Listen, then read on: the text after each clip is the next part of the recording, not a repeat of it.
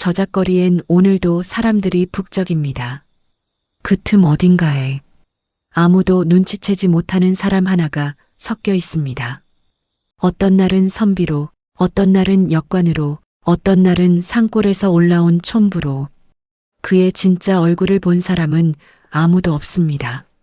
그의 진짜 이름을 아는 사람도 없습니다. 다만 한 가지만은 확실합니다. 그의 거짓말에 걸려든 자는 언제나 악인이었고 그 거짓말 덕을 본 자는 언제나 힘없는 백성이었다는 것. 오늘 그가 또 움직입니다. 어떤 얼굴로, 어떤 말로, 어떤 자를 함정에 빠뜨릴지 아직은 아무도 모릅니다. 안녕하세요. 김삿갓 야담기입니다. 오늘의 이야기 시작하기 전에 구독과 좋아요 부탁드립니다. 그럼 오늘의 이야기 시작하겠습니다. 한양에서 사흘길을 달리면 닿는 평안도 어느 산골 마을의 이야기로 오늘 이 야담은 시작됩니다. 때는 늦가을이었습니다. 음력 10월 초순, 산허리에는 단풍이 다 지고 앙상한 가지만 남은 참나무들이 차가운 바람에 흔들리던 무렵이었지요. 하늘은 낮고 무거웠고 들판에는 추수가 끝난 논바닥만 허옇게 드러나 있었습니다. 이 계절이면 어느 마을이든 곳간이 가득 차야 마땅했습니다. 그런데 덕산이라는 이 작은 마을의 곳간은 텅 비어 있었습니다. 아니, 텅 비다 못해 바닥이 훤히 보였습니다. 마을 어귀에는 초가지붕이 무너져 내린 집들이 두업 보였습니다. 흙벽은 장마에 쓸려 반쯤 허물어진 채로 겨울을 맞이하고 있었고 지프로 엮은 문발 사이로 바람이 쉼없이 드나들었습니다. 마당에는 제대로 먹지 못한 아이들이 흙바닥에 쪼그려 앉아 있었는데 눈빛이 흐리고 볼이 쑥 꺼진 모습이 보는 이의 가슴을 저미게 했습니다. 안악들은 솥에 쌀 대신 나무 껍질과 풀뿌리를 넣고 끓이고 있었고 그 묽디 묽은 국물을 쪼개 먹으며 하루하루를 버티고 있었습니다. 이 마을만의 일이 아니었습니다. 덕산 인근의 솔계곡에 넘어 마을도 두구비를 돌아가면 나오는 청성리도 사정은 마찬가지였습니다.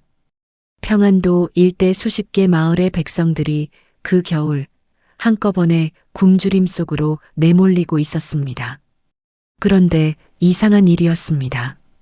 그의 가을 수확은 결코 흉년이 아니었습니다. 봄부터 비가 고르게 내렸고 여름 내내 뙤약볕이 들판을 달구었으며 들판의 벼는 어느 해보다도 실하게 여물었습니다. 농사꾼들은 추수를 마치며 입을 모았습니다. 올해는 살만하다고, 올해는 아이들 배불리 먹이겠다고. 그런데 그 나달들은 대체 어디로 사라진 것이었을까요?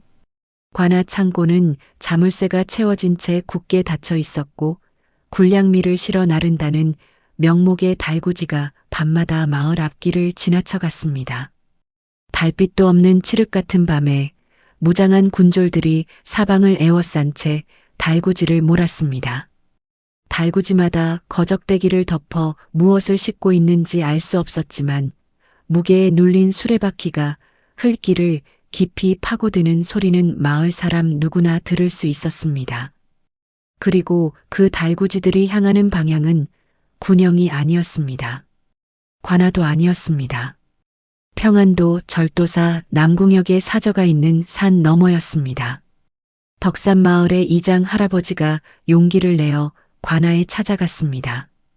허리가 굽고 수염이 하얀 노인이었는데 무명으로 지은 두루마기를 단정히 여미고 관아 문 앞에 서서 백성들의 사정을 이야기했습니다. 굴량미 창고를 열어달라고 청했습니다. 겨울이 오기 전에 아이들만이라도 살려달라고 무릎을 꿇었습니다. 그 노인이 어떻게 되었는지는 마을 사람들이라면 모두 알고 있었습니다. 사흘 뒤 이장 할아버지는 곤장 10대를 맞고 묶인 채로 마을 어귀에 내던져졌습니다. 발바닥이 부어 터지고 발목뼈가 금이 간 채였습니다. 관아의 하급 관리가 따라와 마을 사람들에게 차갑게 고했습니다. 굴량미는 나라의 것이니 함부로 청하는 것 자체가 죄라고.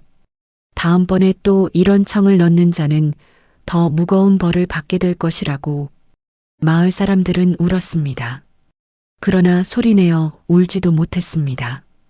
울음소리가 관아까지 들리면 또 어떤 벌이 내려질지 몰랐기 때문입니다. 그 무렵 한양에서 내로라 하는 포도청 종사관 오민준이 평안도로 공무 파견을 나왔습니다.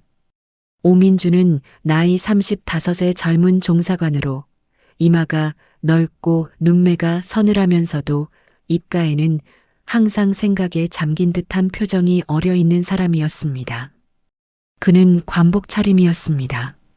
짙은 청색 직령포에 검은 사모를 쓰고 허리에는 가죽으로 감싼 패도를 찼으며 발에는 흰 행전에 검은 해를 신고 있었습니다. 오민준의 임무는 단순했습니다. 평안도 일대에서 근래 들어 이상한 소문이 돌고 있었는데 그 소문의 실체를 파악해 오는 것이었습니다. 한양에서 어느 밀고자가 포도청에 쪽지를 하나 던지고 사라졌는데 그 쪽지에는 이런 내용이 적혀 있었습니다. 평안도 절도사 남궁혁이 군량미 수천석을 빼돌리고 있습니다. 변방의 군사들은 굶고 백성들은 죽어가고 있습니다. 어서 사람을 보내 살피소서. 쪽지는 한지의 먹글씨로 쓰여 있었고 글씨체가 반듯했습니다. 서툰 글씨가 아니었습니다. 글을 제법 아는 사람이 쓴 것이 분명했습니다. 그러나 쪽지를 가져온 자가 누구인지는 아무도 보지 못했고 포도청 문 앞에 그냥 떨어져 있었다고만 했습니다. 오민준은 그 쪽지 한 장을 품속에 접어넣고 말을 몰았습니다. 한양에서 평안도까지 사흘길을 달려오는 동안 그는 마음속으로 내내 한 가지 생각을 떨칠 수가 없었습니다. 남궁혁이라는 인물은 전직 이조판서의 사위였습니다. 평안도에서 10년 넘게 절도사 자리를 지키며 뿌리를 내린 실력자였습니다.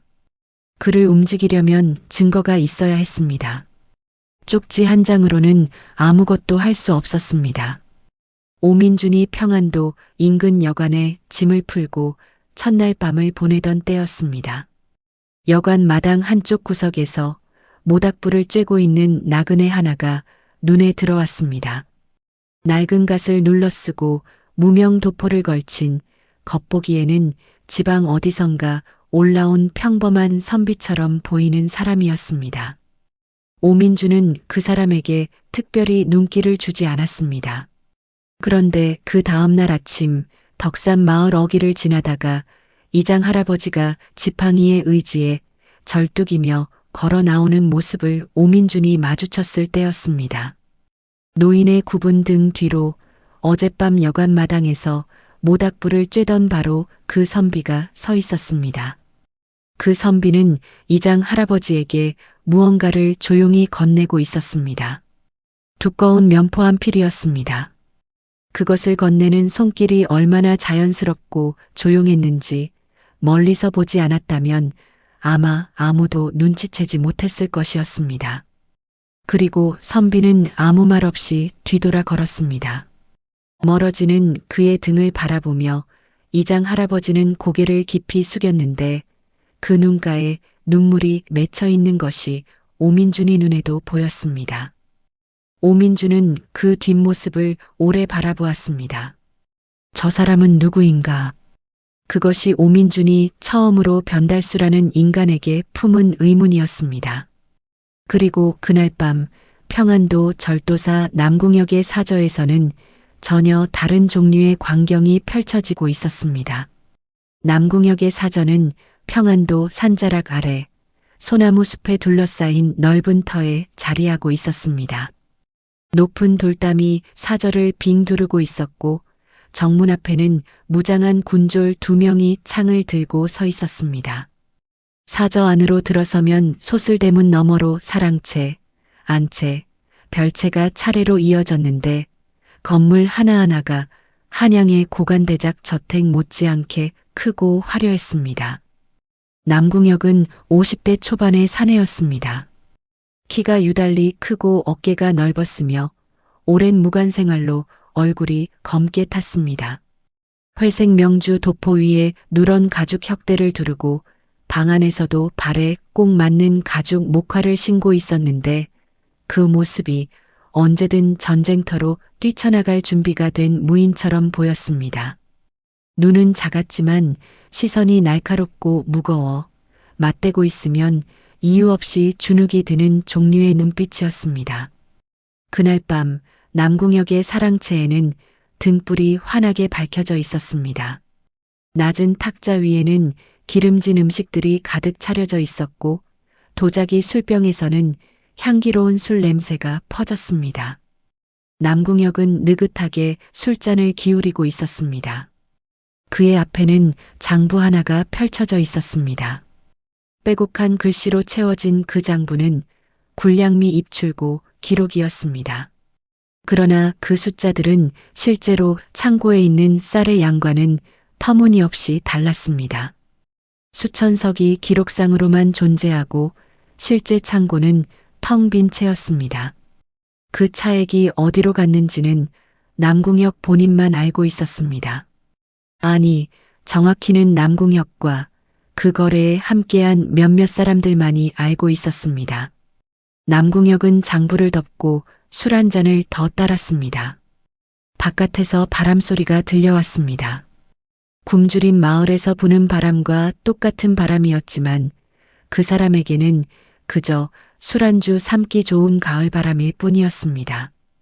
탁자 위에 촛불이 흔들렸습니다. 그것이 마치 앞으로 이 이야기가 흘러갈 방향을 예고하는 것처럼 깜빡이다가 다시 밝게 타올랐습니다. 그리고 저 멀리 산 아래 어느 여관방에서는 변달수가 촛불 앞에 앉아 무언가를 쓰고 있었습니다. 붓을 쥔 손이 조용했습니다. 종이 위를 미끄러지는 붓끝이 단호했습니다. 그것이 무엇인지는 아직 아무도 알 수 없었습니다. 변달수가 처음 평안도 땅을 밟은 것은 그의 음력 9월 하순의 일이었습니다.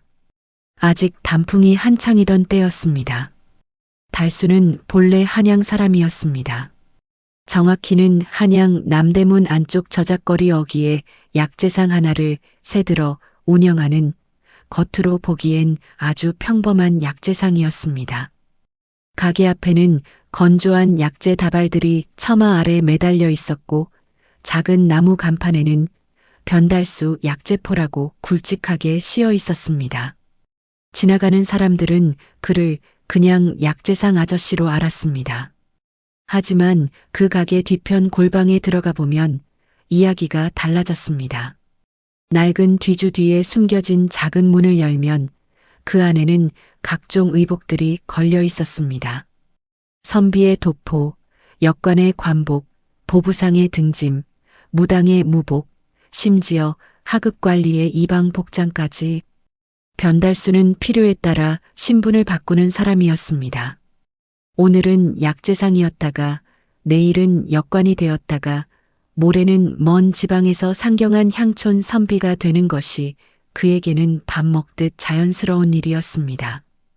달수가 처음 이 길에 들어선 것은 20살 되던 해였습니다. 아버지는 몰락한 양반의 서자였고 그 아버지도 한때는 제법 너른 땅을 가지고 있었습니다. 그러나 그 땅이 탐관오리의 눈에 들었고 억울한 빚문서 하나가 위조되었으며 아버지는 그 빚을 갚지 못한다는 명목으로 모든 것을 빼앗겼습니다. 빼앗긴 것은 땅만이 아니었습니다. 아버지는 그 굴욕을 이기지 못하고 이듬해 봄 조용히 세상을 떠났습니다. 20살 달수는 아버지의 무덤 앞에 오래 앉아 있었습니다.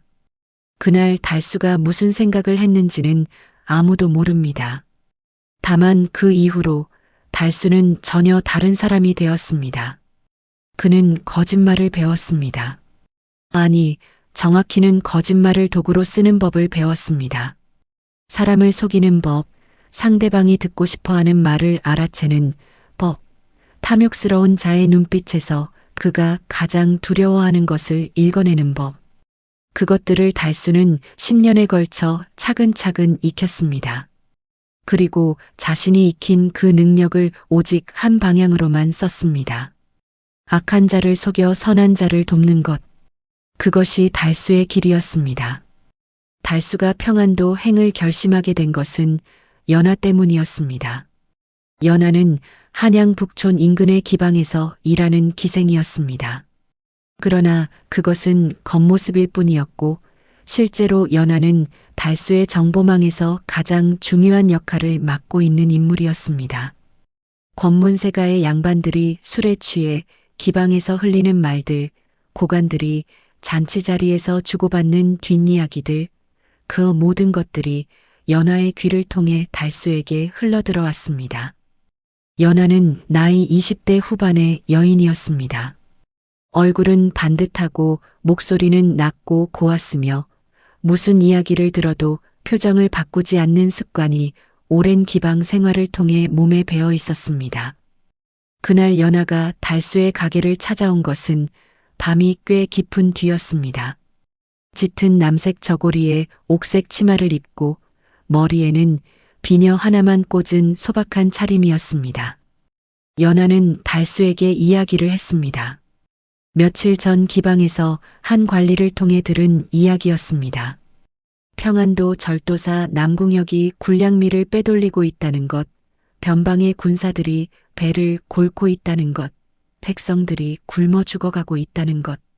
그 이야기를 전하면서 연하의 목소리는 흔들리지 않았습니다. 그러나 눈가에는 분노가 서려 있었습니다. 달수는 그 이야기를 듣는 내내 조용히 앉아 있었습니다. 연하가 이야기를 다 마쳤을 때 달수는 한참 만에 입을 열었습니다. 그리고는 딱 한마디만 했습니다. 그 말은 다음 날 아침 달수가 짐을 싸기 시작했다는 것으로 대신 설명하면 충분할 것입니다. 복수리는 달수가 짐을 싸는 것을 보고 한숨을 쉬었습니다.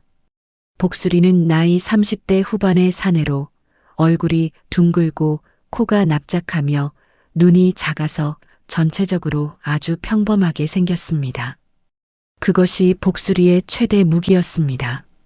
어느 군중 속에서도 눈에 띄지 않는 얼굴, 짧은 무명 바지 저고리에 삼태기 하나를 등에 지고 걸으면 누가 봐도 그냥 지방 장터의 잡부처럼 보였습니다. 복수리가 한숨을 쉰 이유는 피곤해서가 아니었습니다. 이 여정이 쉽지 않을 것임을 알기 때문이었습니다. 평안도 절도사는 장난이 아니었습니다. 조선 팔도에서 군사력으로 따지면 손꼽히는 고위무관, 그것도 전직 이조판서의 사위, 잘못 건드리면 목이 달아날 수도 있는 상대였습니다. 그러나 복수리는 짐을 쌌습니다. 한숨 한 번 쉬고 툴툴거리다가 결국은 언제나 달수를 따르는 것이 복수리라는 사람이었으니까요. 그렇게 달수와 복수리는 한양을 떠났습니다. 두 사람이 평안도로 내려가는 길은 공식적인 길이 아니었습니다.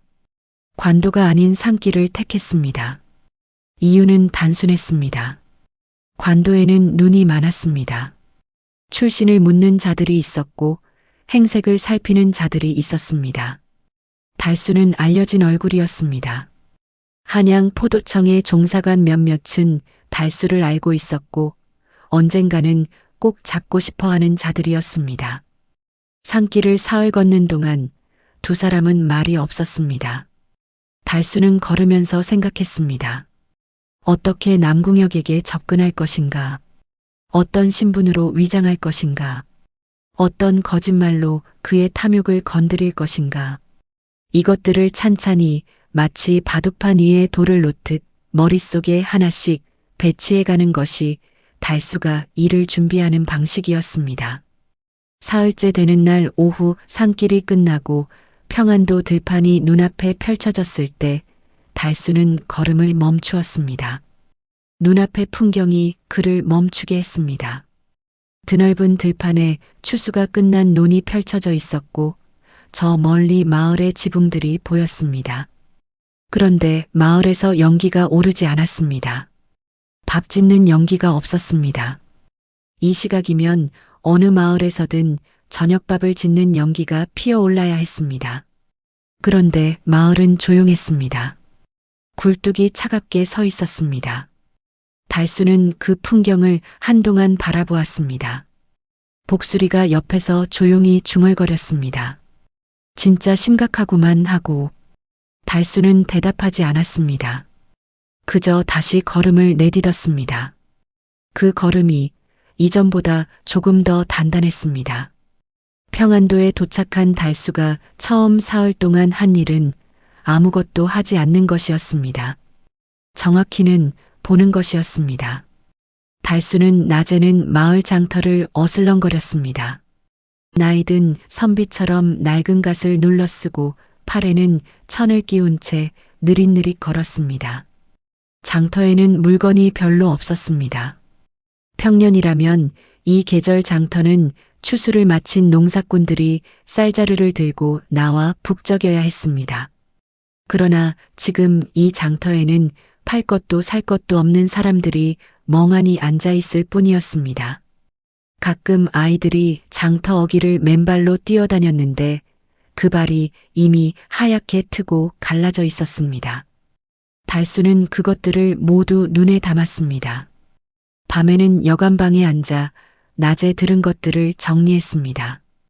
군량 및 창고의 위치, 창고를 관리하는 하급관리의 이름, 남궁역의 사저로 통하는 길의 구조, 남궁역이 신임하는 신복의 얼굴, 이런 것들을 달수는 묻지 않고도 알아냈습니다. 장터에서 나누는 사람들의 이야기를 듣고 여관 주인 아주머니가 손님들에게 풀어놓는 동네 이야기를 흘려듣고 관아 간처를 지나며 관리들의 움직임을 살피는 것만으로 충분했습니다. 그러나 정보를 모을수록 달수의 표정은 무거워졌습니다. 남궁역은 만만한 상대가 아니었습니다. 평안도에서 10년 넘게 절도사 자리를 지키면서 그는 이미 이 지역의 모든 관아와 군영에 자신의 사람을 심어놓고 있었습니다. 지역 관리 중에 남궁역의 눈치를 보지 않는 자가 없었고 남궁역에게 찍힌 자들은 하나같이 조용히 이 고을에서 사라지거나 다른 고을로 밀려났습니다. 군량미 횡령 이야기를 알면서도 아무도 입을 열지 않는 이유가 거기 있었습니다. 게다가 더 큰 문제가 있었습니다. 달수가 여관 주인의 이야기를 통해 그리고 장터에서 엿들은 관리들의 대화를 통해 파악한 바에 따르면 군량미 횡령이 단순히 남궁역 혼자만의 일이 아닐 수 있었습니다. 한양 어딘가에서 이 일에 관계된 더 윗선이 있다는 냄새가 났습니다. 정확히 누구인지는 아직 알 수 없었습니다. 그러나 그 냄새는 달수의 경험상 무시할 수 없는 것이었습니다. 사흘째 되는 날 밤 달수는 깊은 고민에 빠졌습니다. 여간방에 혼자 앉아 촛불을 바라보던 달수는 처음으로 이 일을 포기할까 생각했습니다. 그것은 달수에게 흔한 일이 아니었습니다. 달수는 지금까지 수많은 사기극을 벌여왔지만 그 상대들은 기껏해야 한양의 이방이나 고리대 금업자 수준이었습니다. 지방 관아의 부패한 관리를 상대해 본 적도 있었지만 절도사는 차원이 달랐습니다.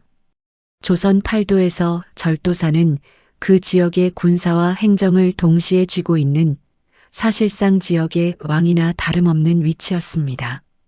잘못 건드리면 달수뿐 아니라 복수리도, 연하도, 그리고 지금껏 달수가 도왔던 사람들까지 위험에 처할 수 있었습니다. 복수리는 그날 밤 달수 맞은편에 앉아 말없이 달수를 지켜보고 있었습니다. 복수리는 달수의 표정을 읽을 줄 알았습니다. 달수가 망설이고 있다는 것을 알았습니다. 그리고 달수가 이렇게 망설이는 것이 아주 오랜만의 일이라는 것도 알았습니다. 복수리는 조용히 일어나 창문을 열었습니다. 바깥에서 바람이 들어왔습니다. 찬바람이었습니다. 그리고 바람과 함께 저 멀리 마을 쪽에서 희미하게 아이 우는 소리가 들려왔습니다. 배고파서 우는 소리였습니다. 한밤중에 배가 고파 잠을 못 이루고 우는 아이의 소리였습니다. 달수는 그 소리를 들었습니다. 눈을 감았습니다. 아버지를 잃던 날 밤 자신도 그렇게 울었던 것을 기억했습니다. 눈을 다시 떴을 때 달수의 표정에서 망설임이 사라졌습니다. 그는 붓을 들었습니다. 달수가 그날 밤 쓰기 시작한 것은 계획서가 아니었습니다. 그것은 편지였습니다. 아니, 정확히는 편지 형식을 빌린 가장 정교한 거짓말이었습니다. 달수는 그 편지를 며칠에 걸쳐 조금씩 완성시켜 나갔습니다. 글씨체를 갈고 닦고 문서 양식을 수없이 연습했습니다. 복수리는 그 과정을 옆에서 지켜보면서 달수가 쓰고 또 다시 쓰는 것을 보았습니다. 한 장을 완성하고 나면 불에 태워버리고 또 한 장을 쓰고 또 태우고 그 반복이 10번, 20번을 넘어갔습니다. 복수리가 무엇을 만드는 것이냐고 물었을 때 달수는 잠시 생각하다가 대답했습니다. 왕의 편지라고. 복수리는 입을 다물었습니다. 그리고 한참 후에 아주 조용히 그거 위험한 거 아니냐고 물었습니다. 달수는 붓을 들며 대답했습니다. 위험하지 않은 거짓말로는 저 정도 아기는 잡을 수 없다고. 복수리는 또 입을 다물었습니다. 그리고 결국은 다시 달수 옆에 조용히 앉았습니다. 한편 포도청 종사관 오민주는 그 무렵 관할을 돌아다니며 조사를 시작하고 있었습니다. 그러나 조사는 벽에 막혔습니다. 관아의 하급 관리들은 입을 열지 않았습니다. 군량미 장부를 보여달라고 하면 장부가 없다고 했고 창고를 열어달라고 하면 절도사 영감 허락이 있어야 한다고 했습니다. 오민주는 포도청 종사관이었지만 이 고을에서 그의 권한은 제한적이었습니다. 평안도는 남궁역의 영역이었습니다. 오민주는 밤마다 여관방에서 붓을 들고 한양으로 보낼 보고서를 쓰다가 매번 그것을 접어버렸습니다. 증거가 없었습니다. 소문만으로는 아무것도 할 수 없었습니다. 그리고 그 여간에서 오민주는 달수와 복수리를 계속 마주쳤습니다. 두 사람이 선비와 그 하인처럼 보인다는 것을 오민주는 알아챘습니다. 그러나 그 선비가 실제로 어떤 사람인지는 알 수 없었습니다. 약재상이 저작거리에서 약을 팔 사람이 여기서 무엇을 하는지도 알 수 없었습니다. 오민주는 달수를 지켜보기 시작했습니다. 달수는 그것을 알고 있었습니다. 알면서도 피하지 않았습니다. 지금은 오민준이 방해가 아니라 언젠가는 필요한 사람이 될 수 있다는 것을 달수는 이미 계산하고 있었으니까요. 음력 10월 중순의 어느 날 이른 아침이었습니다. 평안도 관아 앞길에 갑자기 이상한 행렬이 나타났습니다. 앞에는 갓을 쓴 하인이 길을 열고 그 뒤로 남색 도포를 입은 중년 사내 하나가 말을 타고 들어서고 있었습니다. 사내의 허리에는 붉은 술이 달린 주머니가 매달려 있었고 등에는 붉은 천으로 단단히 싼 나무 함이 지워져 있었습니다.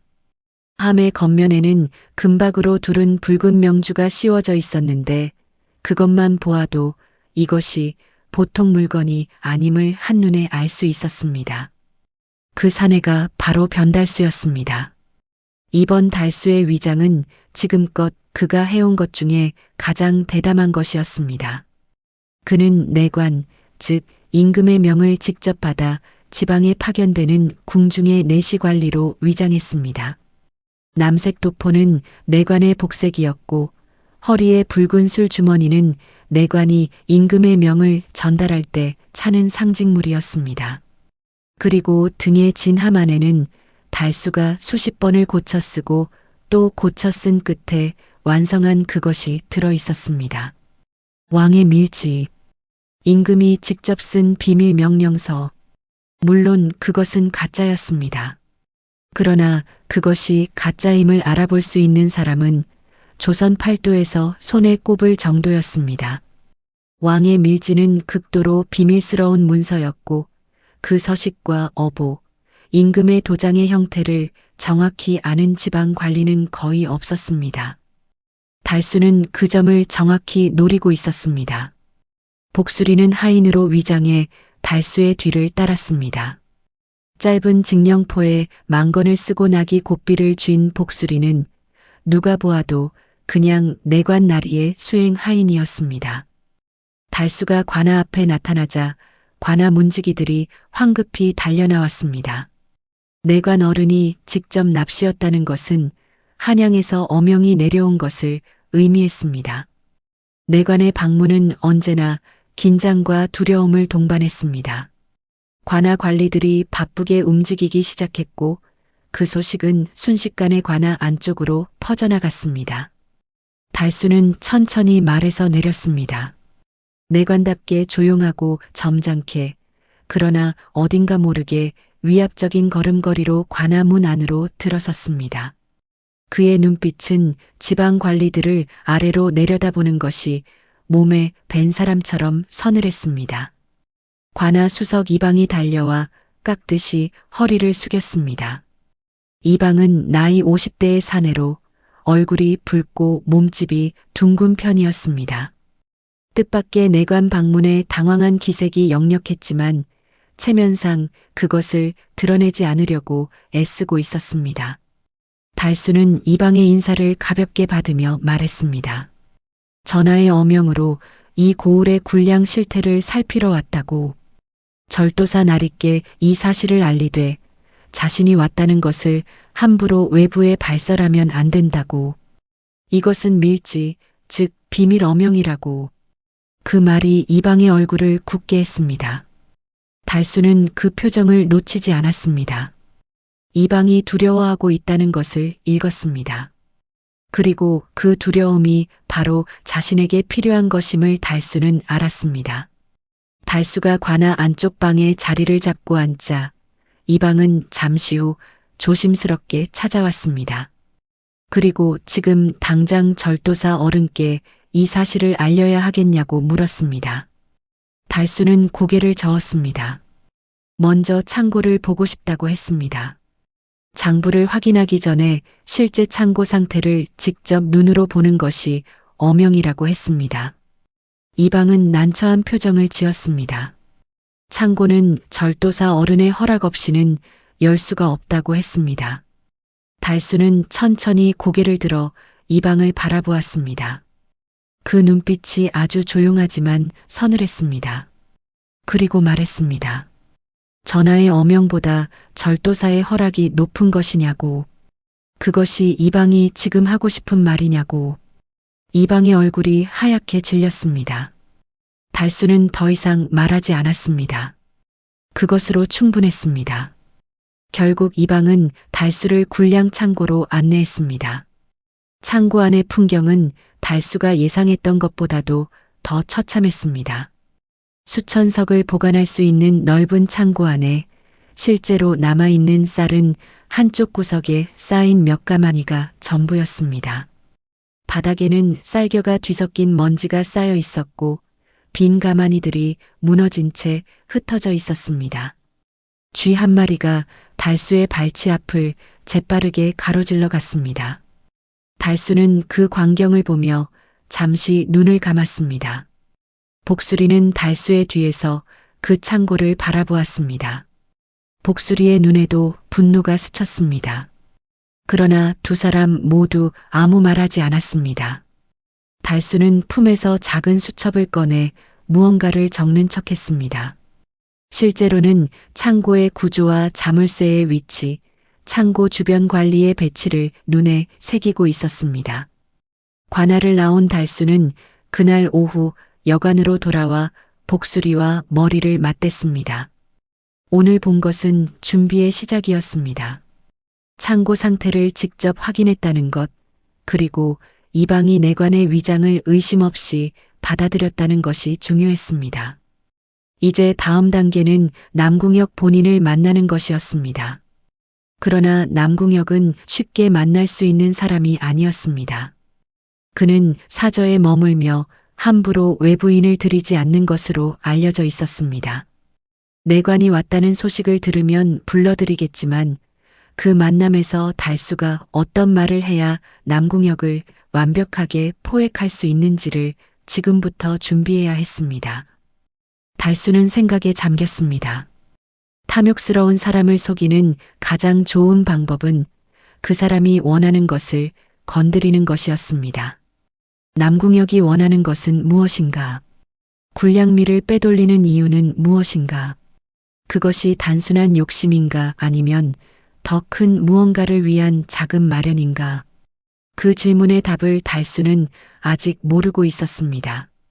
그리고 그날 저녁 달수에게 예상치 못한 일이 생겼습니다. 여관 마당에서 오민준과 마주친 것이었습니다. 오민준은 달수를 보자마자 다가왔습니다. 그리고 조용하지만 단호하게 말했습니다. 당신이 오늘 내관 행세를 했다는 것을 알고 있다고. 당신이 무엇을 하려는 것인지 짐작은 되지만 그것은 엄연히 왕명을 사칭하는 것이라고. 지금 당장 그 짓을 멈추라고. 달수는 오민준을 바라보았습니다. 그리고 잠시 말없이 오민준의 눈을 들여다보았습니다. 오민준의 눈에는 분노가 있었습니다. 그러나 그 분노의 안쪽에는 무언가 다른 것이 있었습니다. 달수는 그것을 읽었습니다. 오민준도 알고 있는 것이었습니다. 이 고을의 백성들이 굶고 있다는 것을, 남궁혁이 군량미를 빼돌리고 있다는 것을, 그리고 자신의 힘으로는 지금 당장 그것을 막을 방법이 없다는 것을. 달수는 오민준에게 한 가지만 부탁했습니다. 사흘만 기다려달라고. 사흘 안에 자신이 모든 것을 해결하겠다고. 오민준은 대답하지 않았습니다. 그러나 그날 밤 오민준은 포도청에 보고서를 올리지 않았습니다. 달수가 남궁혁의 사저에 처음 발을 들인 것은 그 다음 날 오전이었습니다. 달수에게 연락이 온 것은 이른 아침이었습니다. 관아 이방이 보낸 하인이 여관으로 찾아와 절도사 어른께서 내관 나리를 뵙고 싶어 하신다는 전가를 가져왔습니다. 달수는 예상했던 일이었습니다. 내관이 왔다는 소식을 들은 남궁혁이 직접 불러들인 것이었습니다. 달수는 다시 내관 복장으로 갈아입었습니다. 남색 도포를 단정히 여미고 허리에 붉은 술 주머니를 찼습니다. 갓 대신 내관이 쓰는 작은 건을 머리에 얹었습니다. 그리고 붉은 명주로 싼 나무함을 복수리에게 들렸습니다. 그 함 안에는 달수가 공들여 만든 밀지가 들어 있었습니다. 거울 대신 방문에 비치는 자신의 모습을 한번 살펴본 달수는 이상이 없다는 듯 조용히 방을 나섰습니다. 남궁혁의 사전은 가까이서 보니 더욱 컸습니다. 높고 두꺼운 돌담이 사저를 빙 둘렀고 정문은 소슬대문 형식이었습니다. 문 앞에는 창을 든 군졸 2명이 서 있었고 소슬대문 위의 현판에는 남궁부라는 글자가 새겨져 있었습니다. 글씨 크기가 과하게 컸습니다. 이 집 주인이 자신의 권세를 어떻게 생각하는지를 그 현판 하나가 말해주고 있었습니다. 달수와 복수리가 문에 다가서자 군졸들이 가로막았습니다. 달수는 멈추지 않았습니다. 걸음을 늦추지 않은 채 그저 한마디만 했습니다. 내관이 납셨다고. 군졸들이 잠시 머뭇거렸습니다. 내관의 방문을 막았다가 나중에 문제가 생기면 어떻게 될지를 계산하는 것이었습니다.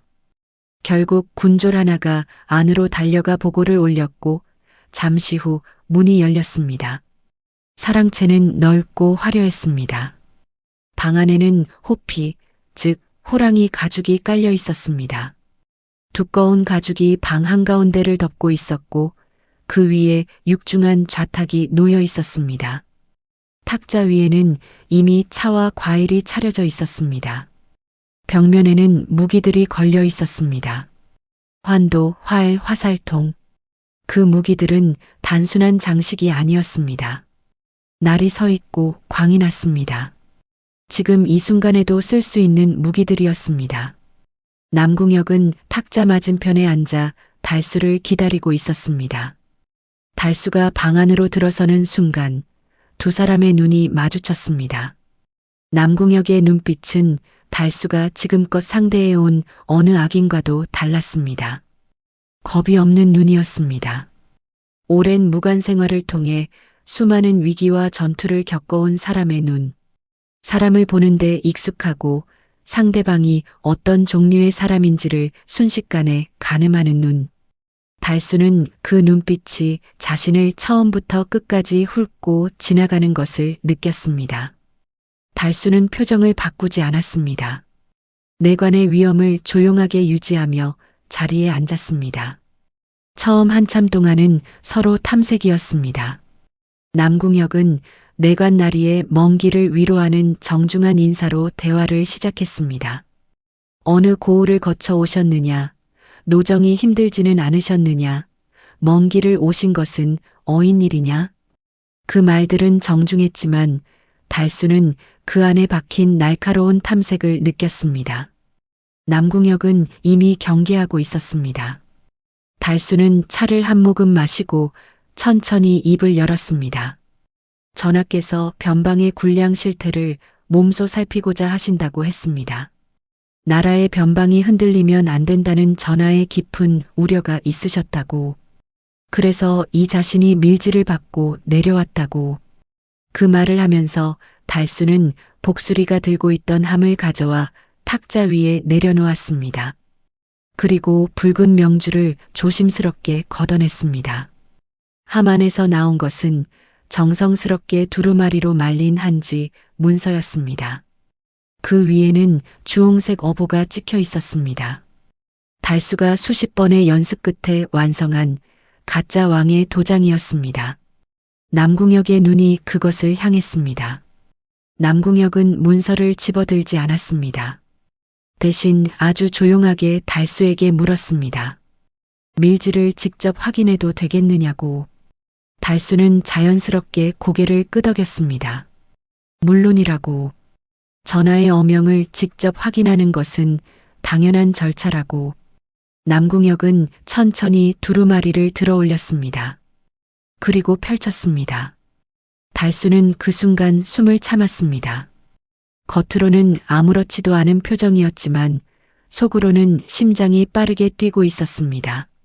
남궁혁이 왕의 밀지를 직접 본 적이 있다면 그것이 가짜임을 알아챌 수도 있었습니다. 남궁혁은 문서를 오래 들여다보았습니다. 아주 오랜 침묵이 흘렀습니다. 그리고 남궁혁이 두루마리를 내려놓았습니다. 그의 표정이 미묘하게 달라져 있었습니다. 경계가 조금 풀리고 그 자리에 무언가 다른 것이 들어서고 있었습니다. 달수는 그것을 읽었습니다. 두려움이었습니다. 남궁혁은 왕의 밀지를 많이 본 적이 없는 사람이었습니다. 수십 년을 무관으로 살아온 그에게 왕의 문서는 멀고 권위 있는 것이었습니다.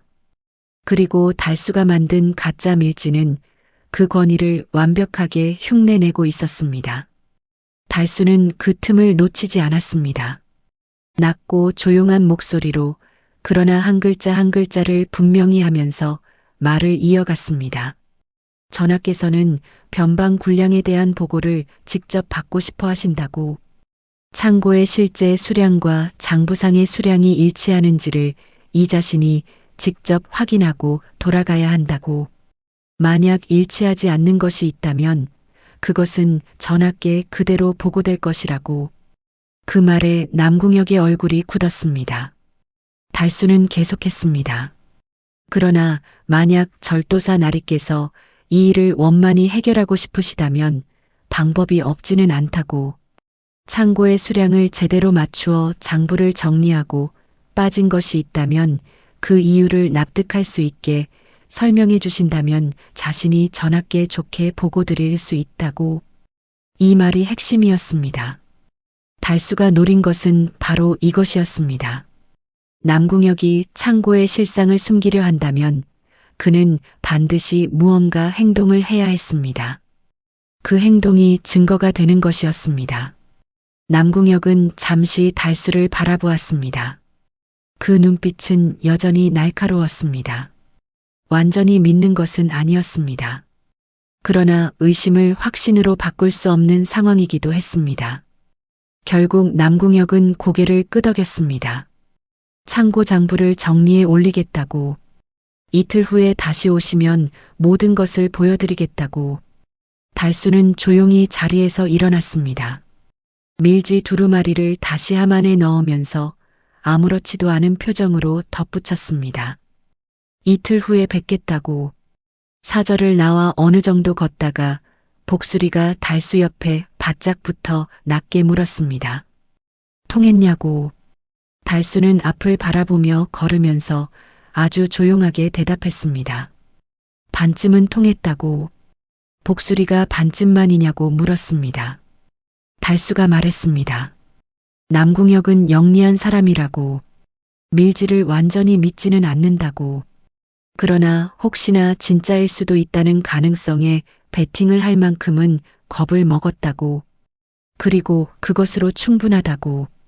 이틀 안에 남궁혁은 자신이 무언가를 숨기고 있다는 것을 스스로 드러낼 것이었습니다. 증거를 없애려 하거나 장부를 고치려 하거나 아니면 창고를 급히 채우려 할 것이었습니다. 어떤 행동을 하든 간에 그것이 달수에게 필요한 증거가 되어줄 것이었습니다. 이틀 후 달수가 다시 남궁혁의 사저를 찾아갔을 때였습니다. 사저 안의 분위기가 이틀 전과 달랐습니다. 군졸들의 표정이 굳어 있었고 복도를 오가는 하인들의 움직임이 빨랐습니다. 무언가 바쁘게 돌아가고 있었습니다. 달수는 그것을 눈치채면서도 모른 척 사랑채로 안내받았습니다. 남궁혁은 이번에는 달수가 도착하기 전부터 자리에 앉아 기다리고 있었습니다. 탁자 위에는 두꺼운 장부 하나가 올려져 있었습니다. 새 장부였습니다. 표지가 깨끗했고 글씨가 방금 쓴 것처럼 선명했습니다. 달수는 그 장부를 보자마자 속으로 무릎을 쳤습니다. 이틀 사이에 새 장부를 만들었다는 것은 기존 장부에 문제가 있다는 것을 자백하는 것이나 마찬가지였습니다. 남궁혁은 자신이 그 장부를 달수에게 내밀면서 이미 함정에 한 발을 들이밀고 있다는 것을 모르고 있었습니다. 달수는 장부를 받아 천천히 펼쳤습니다. 새 장부는 정교하게 꾸며져 있었습니다. 군량미에 입고 기록과 출고, 기록이 빼곡하게 적혀 있었고 숫자들이 말끔하게 맞아 있었습니다. 겉으로 보기에는 아무런 문제가 없어 보였습니다. 달수는 장부를 한 장 한 장 넘기면서 아무 말 없이 읽는 척했습니다. 그 시간 동안 달수는 실제로 장부에서 무언가를 찾고 있었습니다. 이틀 안에 새 장부를 만들었다면 급하게 만든 것이었습니다. 급하게 만든 문서에는 반드시 허점이 생깁니다. 숫자가 맞지 않거나 날짜가 어긋나거나 도장이 다르거나. 달수는 그것을 찾고 있었습니다. 그리고 찾았습니다. 장부 중간쯤 음력 8월의 기록 부분이었습니다. 쌀 500석을 군영으로 출고했다는 기록이 있었는데 그 날짜가 이상했습니다. 8월 22일에 출고했다고 적혀 있었는데 달수가 알기로 그 날짜는 이 고을 일대에 큰 비가 내려 길이 끊어졌던 날이었습니다. 길이 끊어진 날에 달구지로 500석을 옮긴다는 것은 불가능한 일이었습니다. 달수는 그 부분에서 잠시 손가락을 멈추었습니다. 그러나 아무 말하지 않았습니다. 장부를 그냥 덮었습니다. 남궁혁이 달수의 표정을 살폈습니다. 달수는 고개를 끄덕이며 말했습니다. 잘 정리되어 있다고. 전하께 이대로 보고 드리겠다고. 남궁혁의 얼굴에 안도의 빛이 스쳤습니다. 달수는 그 안도를 보면서 자리에서 일어났습니다. 내일 아침 한양으로 돌아가겠다고 했습니다. 절도사 나리께서 이렇게 성실히 협조해 주셨으니 전하께서도 기뻐하실 것이라고. 그 말을 남기고 달수는 사저를 나왔습니다. 복수리가 사저 문 밖에서 기다리고 있었습니다. 달수가 나오자 복수리는 표정을 살폈습니다. 달수는 짧게 말했습니다. 됐다고. 복수리가 물었습니다. 뭐가 됐냐고. 장부에 아무 문제 없다고 하지 않았냐고. 달수는 걸으면서 말했습니다. 그 장부에 8월 22일 기록이 있는데 그날은 이 고을에 큰 비가 내려 사흘 동안 길이 끊겼던 날이라고. 그날 500석을 출고했다는 기록은 결국 이 장부 전체가 가짜라는 증거라고. 그리고 그 새 장부를 만들었다는 것 자체가 기존에 문제 있는 장부가 따로 있었다는 증거라고. 복수리는 잠시 생각하다가 물었습니다. 기존 장부는 어디 있냐고. 달수가 멈추었습니다. 그리고 느리게 웃었습니다. 그것을 찾아야 한다고 말했습니다. 그날 밤이었습니다. 달수가 여관방에서 다음 단계를 구상하고 있을 때 문에 노크 소리가 났습니다.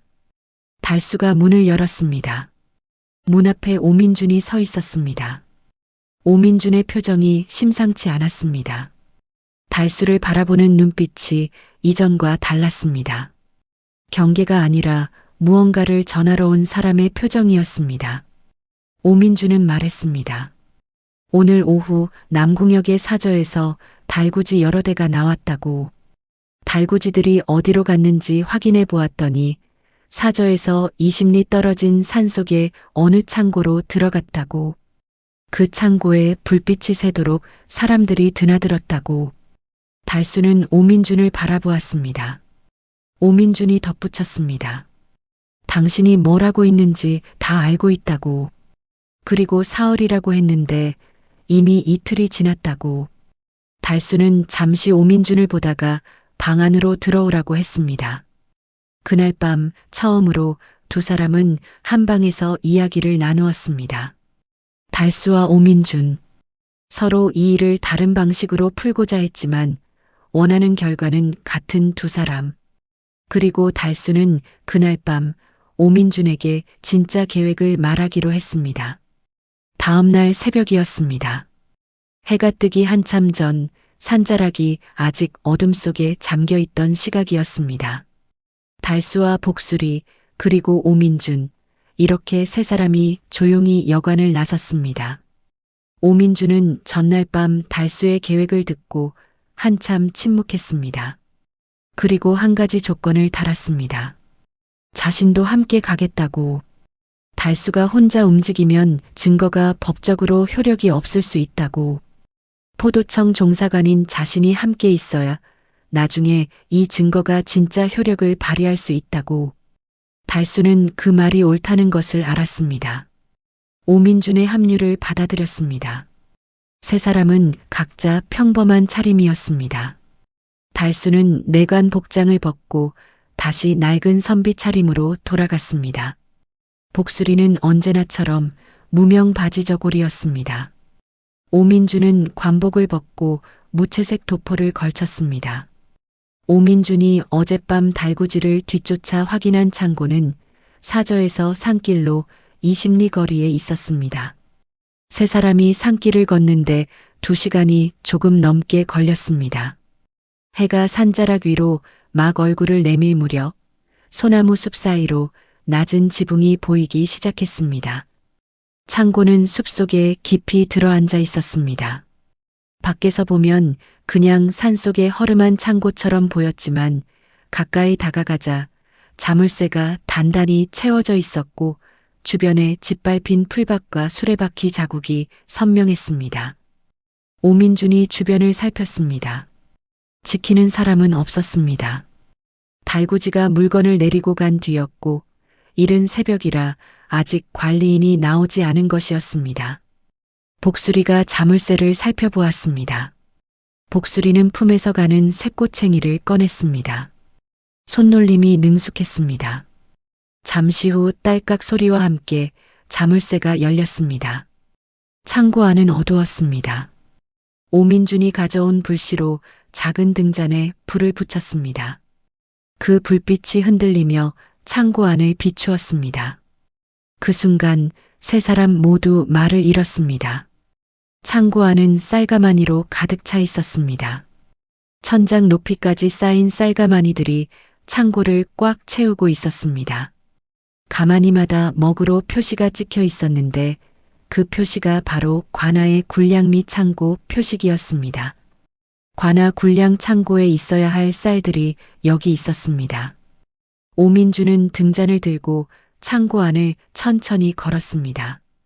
가마니를 세어 보았습니다. 한 줄, 두 줄, 세 줄. 셀수록 눈빛이 굳어졌습니다. 그리고 창고 한쪽 구석, 나무 상자 위에 두꺼운 장부 하나가 놓여 있었습니다. 달수가 그것을 집어들었습니다. 장부를 펼쳤습니다. 그것은 남궁역의 사저에서 본 새 장부가 아니었습니다. 오래된 장부였습니다. 표지가 낡고 모서리가 달아 있었습니다. 그리고 안에는 수년에 걸친 군량미 입출고 기록이 빼곡하게 적혀 있었습니다. 그 숫자들은 새 장부와 전혀 달랐습니다. 군량미가 출고된 기록들이 있었습니다. 그러나 출고 목적지가 군영이 아니었습니다. 장부에는 목적지가 사, 즉 사적인 용도라는 뜻의 한 글자로만 표기되어 있었습니다. 그리고 그 옆에는 날짜와 수량, 그리고 수령인의 이름 첫 글자들이 적혀 있었습니다. 달수는 그 이름들을 읽으면서 눈살을 찌푸렸습니다. 한양. 달수는 그 냄새를 맡았습니다. 이 일은 평안도만의 일이 아니었습니다. 장부에 적힌 수령인들 중 일부는 분명히 한양의 인물이었습니다. 군량미를 빼돌린 쌀이 단순히 남궁역의 창고에 쌓이는 것이 아니라 어딘가로 계속 올라가고 있었던 것이었습니다. 오민준도 그것을 읽었습니다. 그의 얼굴이 굳어졌습니다. 두 사람은 눈을 마주쳤습니다. 서로 같은 것을 읽었음을 알았습니다. 달수는 장부를 품에 넣으려 했습니다. 오민준이 손을 들어 막았습니다. 그것은 안 된다고 했습니다. 이 장부가 여기 있어야 나중에 효력이 있다고. 포도청의 공식 수색을 통해 이 창고를 열어야 이 장부가 증거가 된다고. 지금 이것을 가져가면 나중에 달수가 훔쳐온 것이 되어버린다고. 달수는 잠시 생각했습니다. 오민준의 말이 옳았습니다. 달수는 장부를 원래 있던 자리에 내려놓았습니다. 그리고 대신 장부의 주요 기록들을 빠르게 자신의 수첩에 옮겨 적었습니다. 날짜, 수량, 수령인 이니셜. 필요한 것들을 손으로 빠르게 받아 적는 동안 복수리는 창고 밖에서 망을 보았습니다. 세 사람이 창고를 나왔을 때 하늘이 밝아오고 있었습니다. 산 아래에서 아침 새소리가 들려왔습니다. 멀리 마을이 보였습니다. 굴뚝에서 연기가 아직 오르지 않는 마을이었습니다. 오민준이 말했습니다. 이제 어떻게 할 것이냐고. 달수는 산길을 걸으며 말했습니다. 남궁역이 스스로 자백하게 만들어야 한다고. 창고와 장부만으로는 부족하다고. 남궁역이 직접 군량미를 빼돌렸다는 것을 인정하는 무언가가 필요하다고. 오민준이 물었습니다. 그걸 어떻게 하냐고. 달수는 잠시 멈추었습니다. 그리고 말했습니다. 남궁역에게 마지막 한 번 더 거짓말을 해야 한다고. 오민준은 달수를 바라보았습니다. 어떤 거짓말이냐고 물었습니다. 달수는 대답하지 않았습니다. 그 대신 걸음을 빠르게 했습니다. 여관에 가서 준비할 것이 있다고 했습니다. 복수리는 그 모습을 보며 탄식했습니다. 아무도 모르는 사이 이미 다음 판을 짜고 있는 것이었으니까요. 그날 오후였습니다. 달수가 다음 계획을 준비하고 있던 여관방에 뜻밖의 손님이 찾아왔습니다. 남궁역의 신복 하인이었습니다.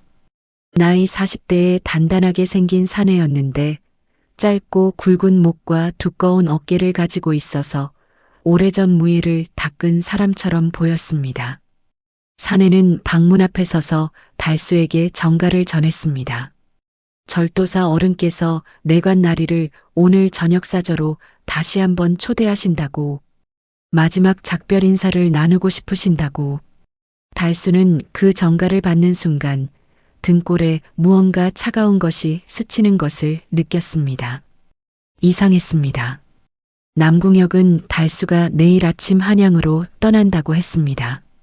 그런데 오늘 저녁 다시 부른다는 것은 무언가 더 확인하고 싶은 것이 생겼다는 뜻이었습니다. 아니면 달수에 대한 의심이 다시 커졌다는 뜻이었습니다. 달수는 하인이 돌아간 후 복수리와 짧게 의논했습니다. 복수리는 가지 말라고 했습니다. 덧칠 수 있다고. 남궁혁이 낮 사이에 무언가 더 알아냈을 가능성이 있다고. 달수는 고개를 끄덕이며 복수리의 말을 들었습니다. 그리고 말했습니다. 그렇기 때문에 가야 한다고. 달수가 우려한 것은 정확했습니다. 남궁혁은 낮 사이 자신의 신복들을 움직여 한양의 인편을 통해 확인을 시도했습니다. 내관이 내려왔다는 사실을 한양 쪽에 알려 진짜 어명이 있었는지를 확인하려 한 것이었습니다. 물론 사흘 안에 한양에서 답이 올 수는 없었습니다.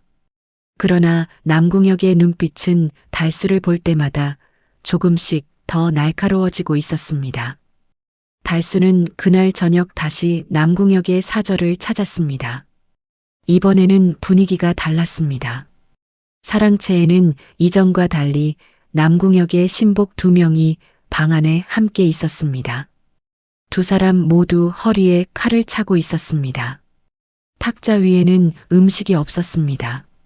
남궁혁은 달수를 바라보면서 이전보다 훨씬 조심스럽고 날카로운 눈빛으로 물었습니다.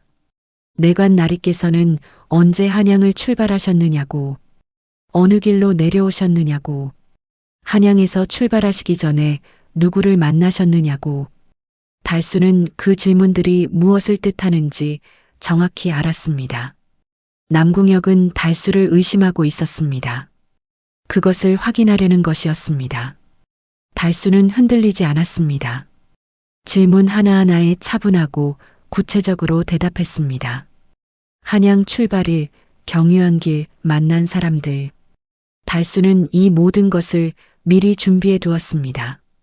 거짓말을 오래 한 사람의 최대 강점은 거짓말을 할 때도 세부 사항을 완벽하게 준비해 둔다는 것이었습니다. 그러나 남궁혁은 만만하지 않았습니다. 한참 질문을 이어가던 남궁혁이 갑자기 전혀 다른 것을 물었습니다. 내관 나리께서 한양으로 돌아가시기 전에 굴량 및 창고 외에 이 고을에서 다른 것을 살펴보신 것은 없느냐고. 달수는 그 질문의 함의를 읽었습니다. 산속 창고 이야기였습니다. 남궁혁은 누군가를 통해 달수와 복수리, 오민준이 어젯밤 어딘가를 다녀왔다는 것을 알아챈 것이었습니다. 아직 창고까지 갔다 왔다는 것을 확실히 아는 것은 아닌 듯 했지만 의심은 충분히 키워진 상태였습니다. 달수는 한 박자 쉬었습니다. 그리고 아주 자연스럽게 말했습니다. 새벽 공기가 좋아 산책을 했다고. 이 고을의 산이 아름다워 잠깐 올라가 보았다고. 그것이 무슨 문제가 되느냐고. 그 말을 하면서 달수는 남궁혁의 눈을 정면으로 바라보았습니다. 눈을 피하지 않았습니다. 흔들리지도 않았습니다. 남궁혁은 그 눈빛을 오래 바라보았습니다. 그 순간이 달수에게는 아주 길게 느껴졌습니다. 등에서 식은땀이 흐르고 있었지만 손 하나 까딱하지 않았습니다. 결국 남궁혁이 눈길을 거두었습니다. 그리고 낮게 말했습니다. 내일 아침 잘 돌아가시라고. 전하께 이 고을 이야기를 잘 전해달라고. 달수는 조용히 고개를 숙이며 인사하고 자리에서 일어났습니다. 사절을 나와 먼 거리를 걸은 뒤에야 달수는 긴 숨을 내쉬었습니다.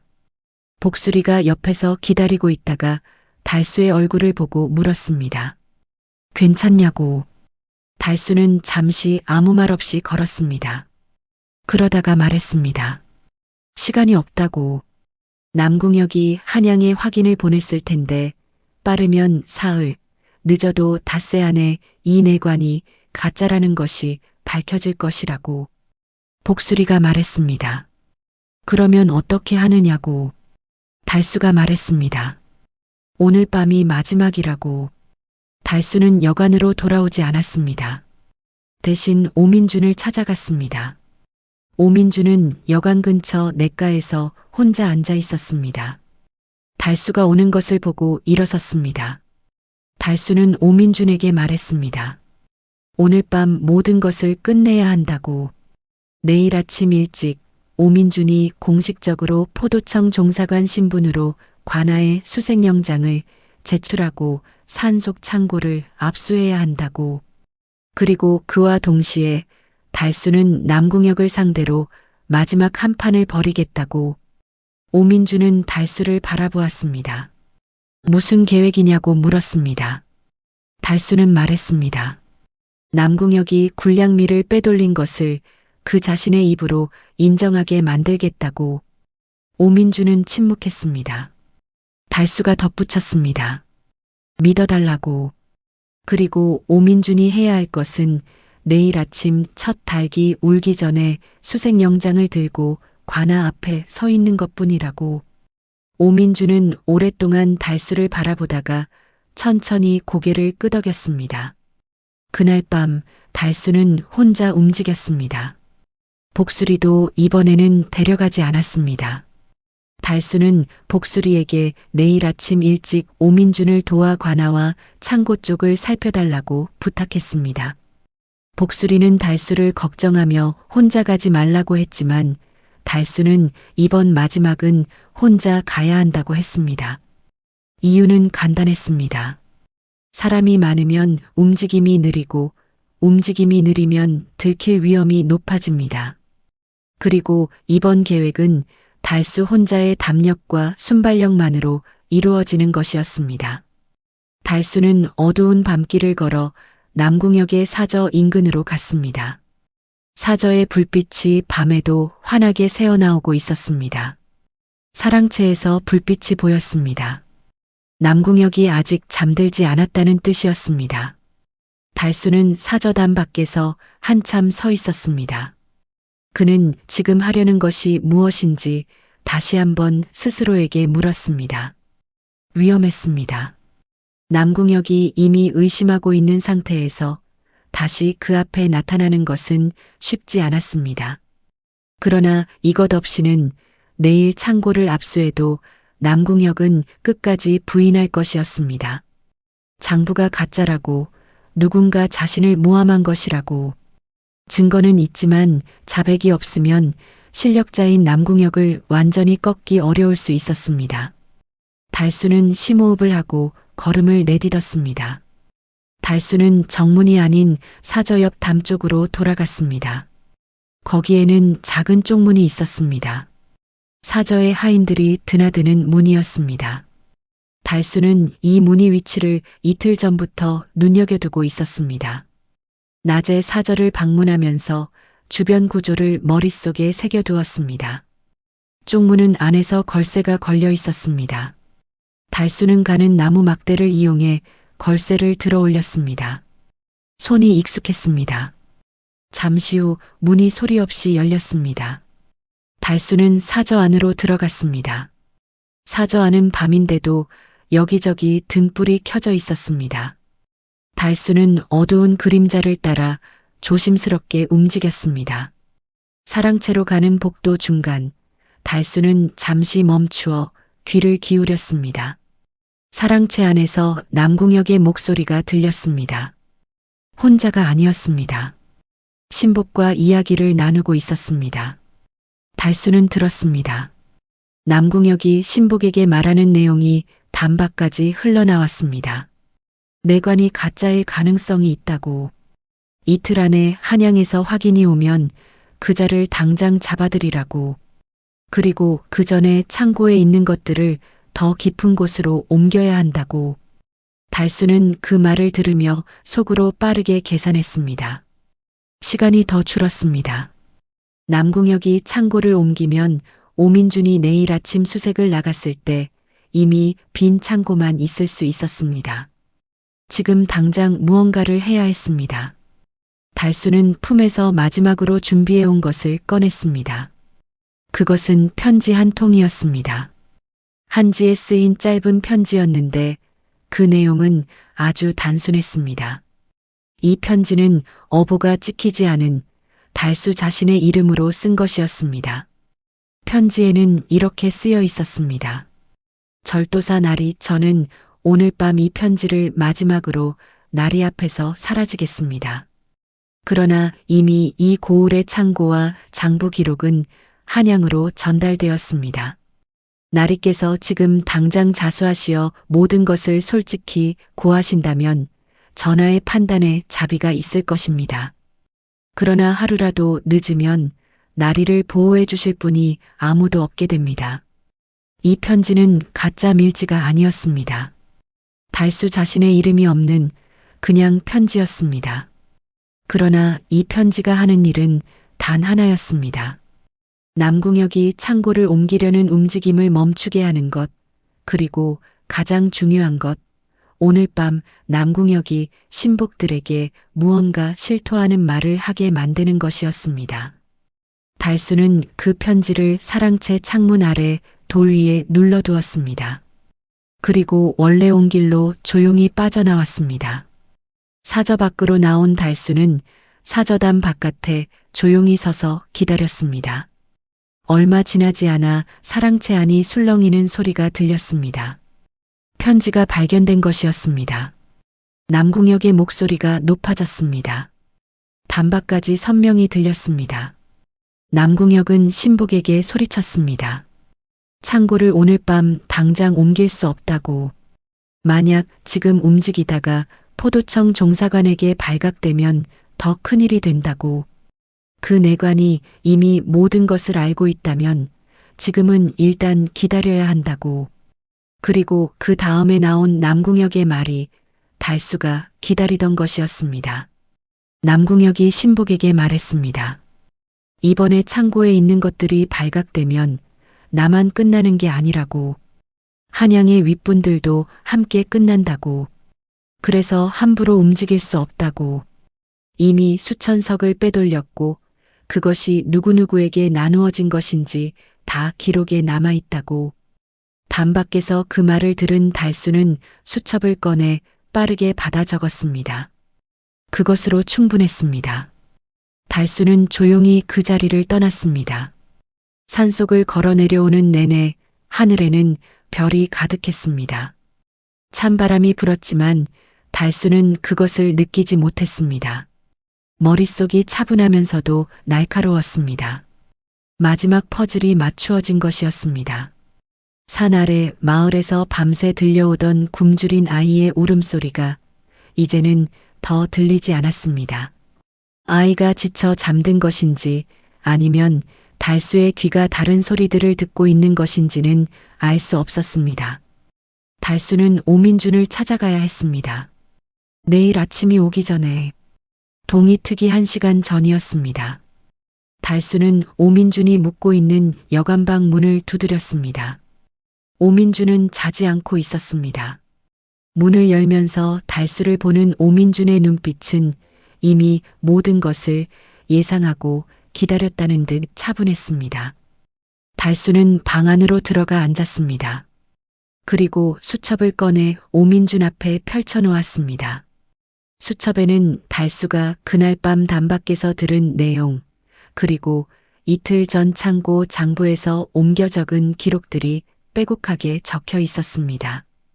날짜, 수량, 이름의 이니셜, 그리고 남궁혁이 오늘 밤 직접 한 말. 오민준은 그것을 읽으면서 눈살을 찌푸렸습니다. 그리고 긴 침묵 후에 말했습니다. 이것은 증거가 될 수 있다고. 단밖에서 들은 말이지만 창고 장부와 함께 내일 공식 수색에서 장부 원본이 나오면 이 모든 것이 연결된다고. 달수는 고개를 끄덕였습니다. 그리고 말했습니다. 남궁혁이 한양에 확인을 보냈을 텐데 빠르면 내일 저녁 안에 달수가 가짜 내관이었다는 것이 밝혀질 것이라고. 그 전에 공식 수색이 완료되어야 한다고. 오민준은 일어나면서 말했습니다. 알겠다고. 첫 닭이 울기 직전 오민준은 관복을 갖추어 입었습니다. 짙은 청색 직령포에 검은 사모를 쓰고 포도청 종사관의 패를 허리에 찼습니다. 그리고 품에서 한양을 떠나기 전 포도청에서 받아온 공문서 하나를 꺼냈습니다. 지방 관아에 수색 요청을 할 수 있는 권한을 명시한 공문이었습니다. 오민주는 그것을 들고 여관을 나섰습니다. 복수리는 이미 새벽부터 관아 주변을 살피고 있었습니다. 달수의 부탁대로 오늘 아침 관아와 창고 쪽 상황을 챙기기 위해서였습니다. 달수는 여관에서 기다렸습니다. 오민준이 관아 문 앞에 섰을 때 날이 막 밝아오고 있었습니다. 오민준은 관아 문지기에게 포도청 공문을 제시했습니다. 그리고 군량 창고와 이고을 일대 비공식 저장 시설에 대한 공식 수색을 진행하겠다고 밝혔습니다. 이것은 포도청의 권한 하에 이루어지는 공식 조사라고 관아 문지기는 당황했습니다. 새벽부터 갑자기 나타난 포도청 종사관의 수색 요청은 관아 입장에서는 전혀 예상하지 못한 일이었습니다. 문지기가 안으로 연락을 보내는 사이 오민주는 꼼짝하지 않고 문 앞에 서 있었습니다. 잠시 후 관아 이방이 달려나왔습니다. 이른 새벽에 황급히 불려나온 이방은 표정이 잔뜩 굳어 있었습니다. 오민준의 공문을 받아 읽은 이방이 뭔가 말하려 했지만 오민준은 천천히 말했습니다. 이것은 한양 포도청의 공식 명령이라고. 거부하면 그것 자체가 수색 방해가 된다고. 이방은 더 이상 말하지 못했습니다. 수색 인원은 관아 포졸들이 맡았습니다. 오민준이 포졸 5명을 이끌고 먼저 관아 군량 창고로 갔습니다. 자물쇠를 열고 안으로 들어갔습니다. 텅 빈 창고, 바닥에 빈 가마니들, 이미 달수가 보았던 그 광경이었습니다. 오민주는 포졸들에게 그 상태를 정확히 기록하도록 했습니다. 그 다음은 산속 창고였습니다. 산길을 20리 올라가는 동안 복수리가 앞에서 길을 안내했습니다. 복수리는 전날 달수와 함께 그 길을 걸었기 때문에 방향을 정확히 알고 있었습니다. 창고 앞에 도착했을 때 창고는 어젯밤과 같은 자물쇠로 잠겨 있었습니다. 오민준이 직접 자물쇠를 부수고 문을 열었습니다. 창고 안에는 쌀가마니들이 그대로 있었습니다. 남궁혁은 편지를 받은 후 창고를 옮기지 않기로 결정했습니다. 달수가 예상한 대로였습니다. 밤에 달구지를 움직이면 오히려 더 눈에 띄고 이미 포도청 종사관이 와 있는 상황에서 움직임 자체가 더 큰 증거가 된다는 것을 남궁혁 스스로 판단했습니다. 그 판단이 결국 남궁혁의 마지막 실수였습니다. 오민주는 창고 안을 꼼꼼히 살폈습니다. 가마니마다 관아 표식을 확인했습니다. 그리고 구석에 있는 장부를 집어들었습니다.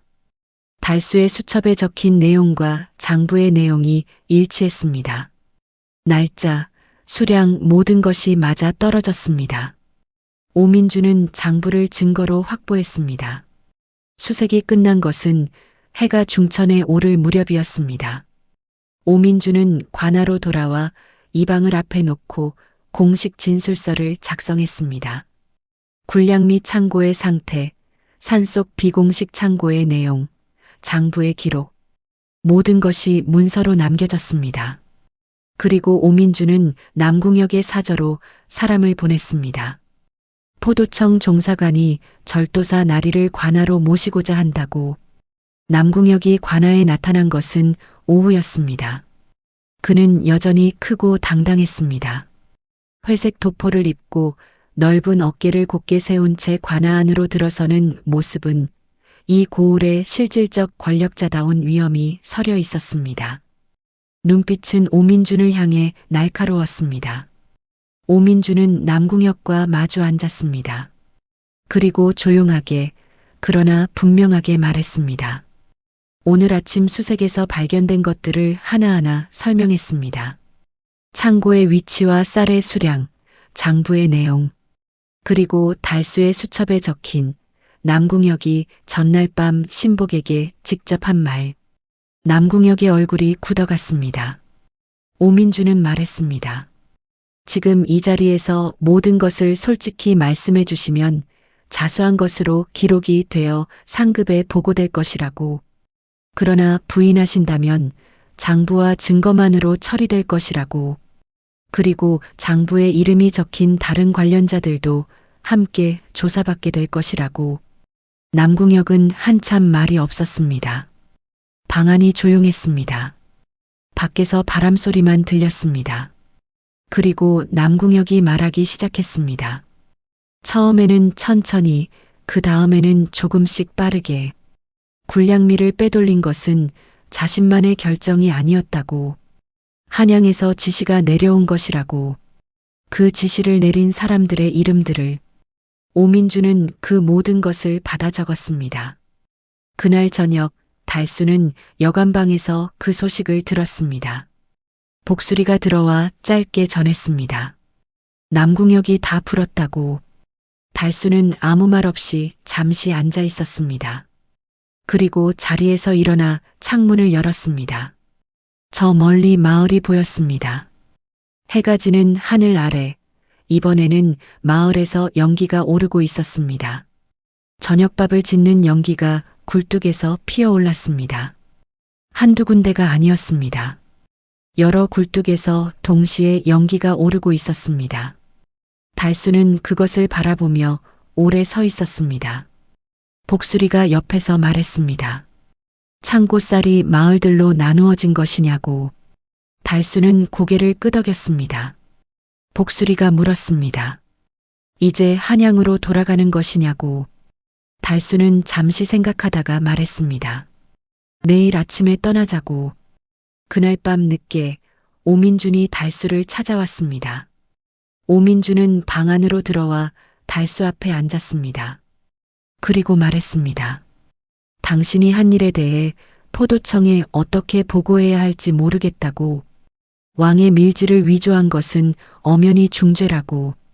그러나 그것 없이는 이 모든 것이 이루어지지 않았을 것이라고.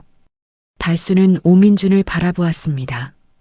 그리고 말했습니다. 자신이 한 일은 거짓말이었다고. 그러나 그 거짓말이 진실을 끌어냈다고. 어떻게 판단하는지는 나리에게 달려있다고. 오민주는 한참 침묵했습니다. 그리고 말했습니다. 오늘 밤 이 자리에서 무슨 이야기가 오갔는지는 자신도 기억하지 못할 것이라고. 달수는 오민준을 바라보다가 조용히 웃었습니다. 오민준이 일어서면서 마지막으로 한마디 했습니다. 한양으로 돌아가거든 약재상이나 열심히 하라고. 달수는 그 말에 대답하지 않았습니다. 그러나 오민준이 방문을 닫고 나간 후 달수의 입가에 오랫동안 미소가 남아 있었습니다. 이튿날 이른 아침이었습니다. 달수와 복수리는 여관을 나섰습니다. 짐이 가벼웠습니다. 내관 복장은 여관 뒷뜰에서 불에 태워버렸습니다. 붉은 명주도 가짜 밀지가 들어있던 나무함도 모두 재가 되었습니다. 두 사람은 한양으로 향하는 산길에 올랐습니다. 마을 어귀를 지나칠 때였습니다. 어느 집 마당에서 아이 하나가 뛰어나왔습니다. 서너 살 되어 보이는 어린 사내아이였는데 볼에 밥풀을 묻히고 있었습니다. 아침밥을 먹고 있던 것이었습니다. 달수는 그 아이를 잠깐 바라보았습니다. 아이는 달수를 보고 까르르 웃었습니다. 그리고 다시 집 안으로 뛰어들어갔습니다. 집 안에서 어머니의 목소리가 들렸습니다.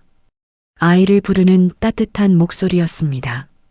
달수는 다시 걸음을 내딛었습니다. 복수리가 옆에서 말했습니다. 이제 한양 가면 좀 쉬어야겠다고. 이번 일은 정말 무서웠다고. 달수는 걸으면서 말했습니다. 그렇다고. 복수리가 물었습니다. 근데 한양 가면 또 무슨 일이 기다리고 있는 것 아니냐고. 달수는 대답하지 않았습니다. 그냥 걸었습니다. 산길을 걸으면서 멀리 보이는 하늘을 바라보았습니다. 아직 이른 아침이었습니다. 하늘이 맑았습니다. 찬 공기가 폐 깊숙이 들어왔습니다. 한양까지는 사흘길이었습니다. 달수는 그 사흘 동안 내내 걸었습니다. 말없이 조용히 그러나 멈추지 않고 세상에는 아직 악한 자들이 많았습니다. 억울하게 빼앗기고 굶주리고 소리도 못 내고 우는 사람들이 있었습니다. 달수는 그것을 알고 있었습니다. 자신이 그 모든 것을 다 해결할 수 없다는 것도 알고 있었습니다. 그러나 자신이 할 수 있는 것을 할 수 있는 동안은 달수는 걸을 것이었습니다. 거짓말로 시작해서 진실로 끝나는 길을. 사흘 뒤 한양 남대문 안쪽 저작거리 어귀에 변달수 약재포의 문이 다시 열렸습니다. 처마 아래 건조한 약재 다발들이 바람에 흔들렸습니다. 나무 간판이 햇빛 아래 서 있었습니다. 아무 일도 없었던 것처럼 달수는 약재상 문을 열고 들어갔습니다. 그리고 저작거리에는 또 새로운 소문이 퍼지기 시작했습니다. 평안도에서 수천 석의 군량미를 빼돌리던 절도사가 잡혔다고, 그 뒤에 한양의 높은 사람들이 연루되어 있었다고, 그것을 밝혀낸 것이 포도청 종사관이라고. 그런데 이상하게도 그 종사관은 홀로 내려간 것이 아니라 누군가와 함께였다고. 그 누군가가 누구냐고 물으면 아는 사람이 아무도 없다고. 그저 어느 방향에서인가 바람처럼 나타났다가 바람처럼 사라졌다고. 한양에서 가장 거짓말을 잘하는 사람이 있는데 그 거짓말을 맞은 자는 언제나 악인이고 그 거짓말 덕을 본 자는 언제나 선한 백성이라고. 사람들은 그 소문을 들으며 웃었습니다. 믿기 어려운 이야기라고 했습니다. 그러나 웃으면서도 눈이 반짝였습니다. 저작거리에 바람이 불었습니다. 약재포의 처마 끝에서 약재 다발이 바람에 흔들렸습니다. 변달수 약재포의 문은 오늘도 열려 있었습니다.